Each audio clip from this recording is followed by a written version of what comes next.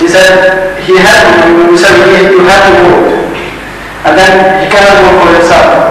But he said, I don't think the other person is responsible enough to do the job, so I cannot vote for him. So we couldn't come to any answer. So what would we do in that situation? You know, this does happen, of course, but if one is too idealistic, only then it happens. When it is said that you should give your vote to a suitable person, it does not mean that you must give your vote to a perfect person, because the concept of perfection is elusive. It's impossible to find Hadhrat Mirza Tahir Ahmed in every situation, for every task, everywhere in the world. That is perfection as far as human beings can reach the perfection on earth. So it's impossible. So if that is your idealism, that you must choose a perfect person, then you can never vote for anyone. I don't think it was honest. I don't think it was good for idealism. No, why did you say, just listen. You only think in comparative terms. If an office is vacant, it has to be filled. And it has to be filled by people of that vicinity for which that office is meant, in a certain area. And when you are not given a choice not to vote, then obviously you have to vote for someone. So when you vote for someone, then you vote in comparative terms, in relative terms. It means that although I should have liked a much better person, if not a perfect one, much better person, but the available stuff is so poor, so I have to choose the relatively better person. So you go for it, there's no harm. After all, in terms of relativity, out of 20 people, at least one would be comparatively more suited to the job, or really not. But there was another person, but that was himself. You can't vote for yourself, sir. That is also given. So you can't break the rule. So it's not really ideal rule for that. The rule is not really ideal, but the rule is that you do not vote for yourself. That is one of the given factors. Vote for someone else who, according to you, this should be read, is the best among the people available to them. And that often word, that rule should be understood in this light. Otherwise it is impossible to vote for anyone. So he could have proposed name of a suitable person.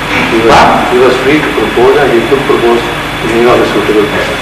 He said no, he doesn't think any other person. Suppose someone is genuinely convinced that he is the only person fit for the job. But the rules say you can't vote for yourself, you can't propose your own name. And you must also vote. You can't abstain either. And the people around him are so much below his own standard that it's a pity to waste his vote. So what can he do? That is the situation he described. So what on the other than they would have been for him to nominate somebody else? Nominate somebody else? The third person. And there is no such third person who is better than you. I mean, that is the situation. I don't think he called him a third person. I think those lines see. No, I was being rather crude in my explanation. Instead of chewing my words, I was rather more straightforward. But this is exactly the situation or a similar situation to which I have described to a lesser degree. That debate. And this is not just a meaningless question you have put. I thank you for pointing out this, because this happens all over the world. Some Ahmadis do face this dilemma. I mean, one can't help considering himself to be a fit person for a certain job. And the who prevents him from suggesting his own name, proposing his own name? And the other people, for that job he thinks are not capable, at least if not entirely incapable, much less capable than he himself is. In such a situation, whether it is so intense or less intense, the rule should be fully understood. The rule is, you do not vote for yourself, you do not abstain yourself, but you vote for the person whom you consider best for that particular job from among the available people. When you describe it like that, then there is no problem there. Is someone else? Yes, all right. Now we come to you at last. We have more than 5 minutes left. Shall we divide it between you and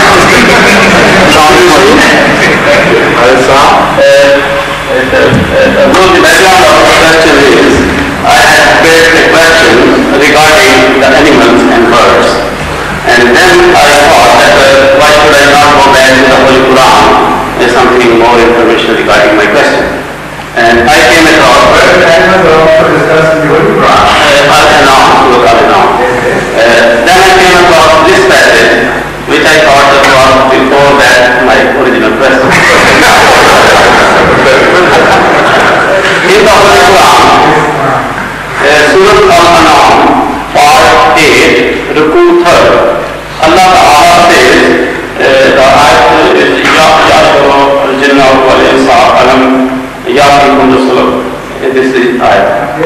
I read the translation. O company of men, big and small, did not messengers come to you from among yourselves, who recited to you my signs and warned you of your meeting with me this day? They will say, we bear witness against ourselves to that effect, the light of the world beguiled them with vain hopes, and they will bear witness against them. The light of this world beguiled of them with vain hopes, and they will bear witness. The light of this world beguiled? Beguiled. B-E-Q-U-I-L-E-D. Beguiled are them, yes. beguiled them or beguiled them? The translation I quoted from Sir Muhammad What is it? Beguiled them. Them, right, he writes them. With vain hopes, and they will bear witness against them themselves that they were disbelievers. Messengers are sent because thy God would not destroy the towns unjustly while their people have not been born. So there is another sentence, but I leave for this time. Because my question ends here. When you read so many, Everyone will rank according to his conduct. The Lord is not unmindful of that which they do. So this is the full. My question starts here. Would Hazur most kindly explain the common beliefs regarding the jinns? Secondly, in the above surah, Allah Ta'ala mentions regarding the sending of messengers among men and jinns. If we consider the common meanings of jinns, then who were the messengers apart from the men's messengers? Thirdly, Allah Ta'ala says that He does not destroy the town unjustly while their people have not been born. Those who believe that jinns are a creation other than men, do they produce evidence of those towns which were destroyed for disbelieving the jinn messengers?